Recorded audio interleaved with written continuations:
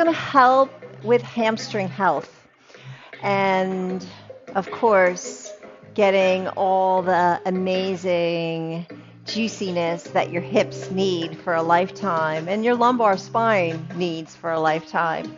So let's come on to our back and just use your body sense as to if your hamstrings are touching the floor. Divide your body in half and notice if you have differences and nuances from side to side. Are you rested on your tailbone? Are you on your hips? What is your body sense saying to you? So whatever that is, let's make it happy.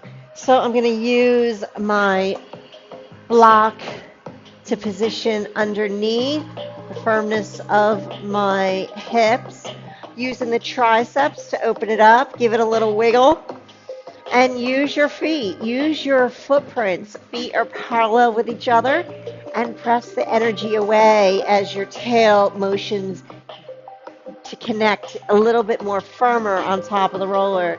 If you use your hands and you bring them on top of those landmark hip bones, you have this isolation of a roll and a tilt, or a tilt and a tuck, but we're not ever using the shoulders to suffocate our neck space. So I want you to keep the heels pressing away and maybe putting more energy into the outside of the heels and the big toes, and maybe feeling a stretch sensation all along the lumbar spine, the hip rotators themselves, and welcome that breath.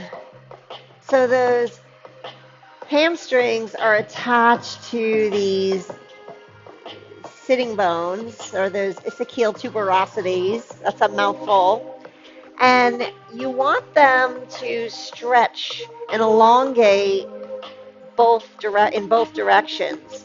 So whether you choose to use a band or not, I'm positioning these landmark sitting bones to move down, and then maybe with a bend in my knee, I'm going to slowly flex at the ankle and take the bend out. And then as I take it out, maybe get a little neuroquiver. That's what you really want. Don't forget about the other foot.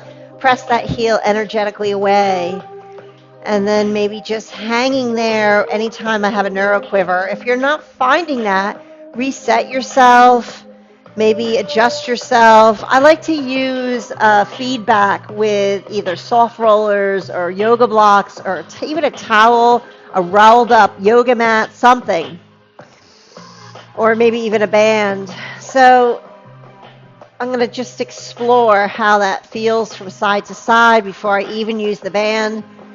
And same rules apply. Heels press away, energy into the foot that's grounding, and my hips are moving down, feeling the lumbar back space, making my sound, seeing if I can coordinate that with my lower belly muscle feelers, and then adding and taking the bend out of my knee.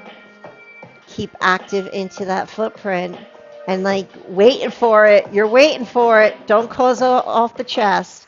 And see, this one even is a little bit different as it just wanders. It's really less of a neuroquiver, and really suction cup the head of the femur, that ball and socket of the long leg bone, to be really deep in the hip. And welcome breath. And then gently unload both feet. Give yourself a big stretch. Tail tucks under, but chest doesn't close up shop. Keep the heart open. And sensing breath. Coming on back. Maybe I'm going to use a band for this. So I'm using it underneath the arch of my foot. I'm going to even out the band.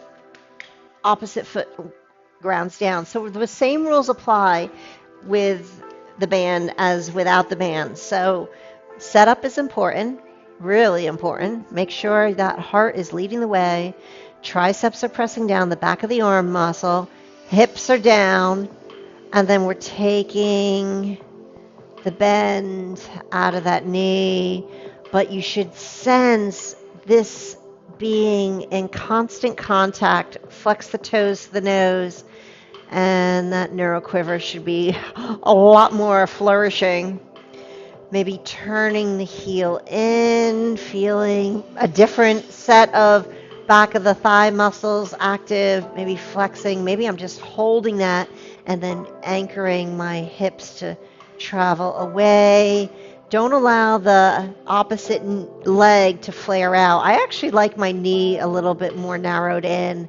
And then maybe if I'm set and I feel my hips safe, I'm going to pull back but press even more into the heel. Take that focused breath and then safely bend at the knee, maybe landing in a figure four, adding a good morning stretch. And I'm going to switch sides. So here we go.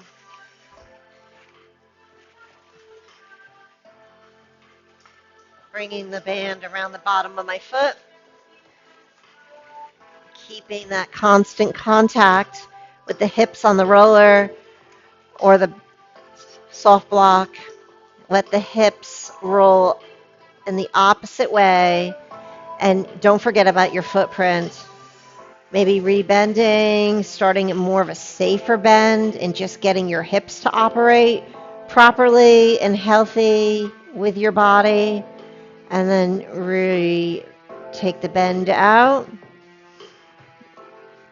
Maybe I'm starting with my toe flush and then turning isolation of just the heel to narrow knee narrows.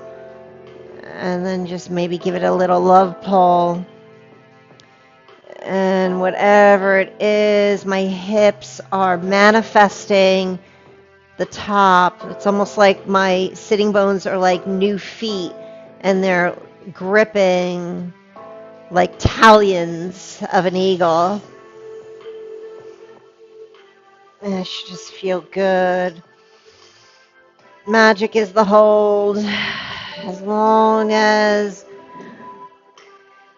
it's making those sleeper muscles sing their high note and we're safely unloading, and then just notice what you feel. Notice if you feel even more delicious in the backs of those hamstrings as well as those hips. Nice job. Have a great day.